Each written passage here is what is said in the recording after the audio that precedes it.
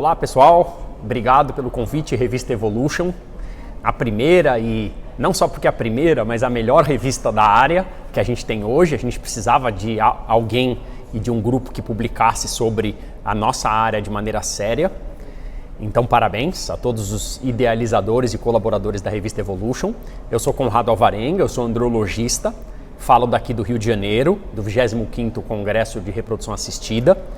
Todos nós estávamos com saudades de encontrar as pessoas ao vivo, não só para falar da parte técnica da reprodução assistida, mas para voltar a fazer networking ao vivo, para voltar a ter novas ideias, para voltar a entender como cada um dos nossos colegas está se comportando na sua região, qual foi o impacto da pandemia. Então, eu faço basicamente reprodução assistida de fator masculino. A minha sub-área é infertilidade masculina. Eu pude vir dar uma aula sobre a investigação da infertilidade masculina no cenário atual. Quem é esse homem infértil, né, pós-pandemia? Como a pandemia o afetou? Como vai ser a nova vida desse homem? Muitos deles nascidos da década de 80 para cá, que são os nossos pacientes de infertilidade. Então, é ótimo conversar com vocês presencialmente. Obrigado pelo convite. Vamos falar um pouquinho mais sobre todo o cenário da reprodução assistida, o que aconteceu com ela durante a pandemia. A fertilidade dos homens vem piorando nos últimos anos. A The Economist fez uma matéria muito interessante em setembro, que mostra uma queda vertiginosa da qualidade e da quantidade espermática dos homens nas últimas décadas. As mulheres, por inúmeros motivos, decidem engravidar ou decidem ser mães cada vez mais tarde. Elas lidam com o problema da reserva ovariana. Então, hoje a gente lida com casais com idade mais avançada e com a fertilidade masculina em queda. E os desafios, as barreiras para esse casal começam no acesso. A reprodução assistida, ela é eminentemente privada no Brasil. Os centros de reprodução públicos ainda são escassos, fazem uma porcentagem muito pequena do número total de casos no país. Eu recebi uma ótima notícia agora do Arthur Dzick, que conta para nós a notícia do Pérola Byton novo, em São Paulo, com a capacidade para 1.000 ciclos de reprodução assistida por ano, mas a gente sabe que ainda é um território muito longo a se avançar no campo público. Então, o primeiro desafio para o casal com infertilidade, ou para a mulher que precisa preservar sua fertilidade, ou para o homem que precisa preservar sua fertilidade, é o acesso. Recentemente, nós tivemos uma decisão em alta hierarquia, em alta jurisprudência, ainda não obrigando a medicina suplementar a cobrir os custos da reprodução assistida. Então ela ainda continua eminentemente privada e com um pouquinho de locais ou ilhas heróicas de medicina reprodutiva pública. O primeiro desafio então é o acesso. O segundo desafio, talvez, é a riqueza de informações que o mundo hoje deixa na nossa palma da mão. A gente tem muita informação, a gente é bombardeado por informação, e quando a gente começa a pesquisar sobre o tema, por lado de lá do celular existe uma palavra que se chama algoritmo.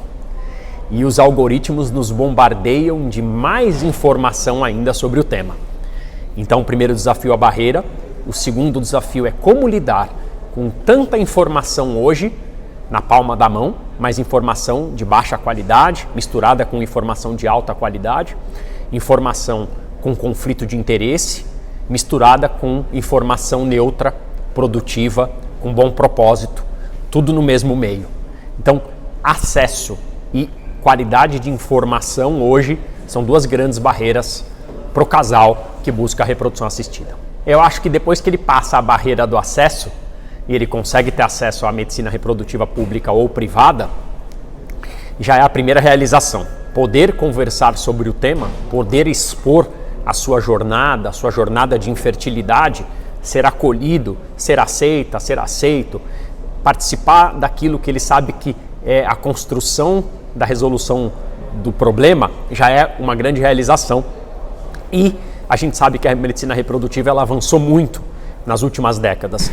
As taxas de sucesso na década de 90, no começo dos anos 2000, eram muito baixas. Hoje, elas são infinitamente melhores, para que se busque a realização principal, que a gente chama de bebê em casa, né?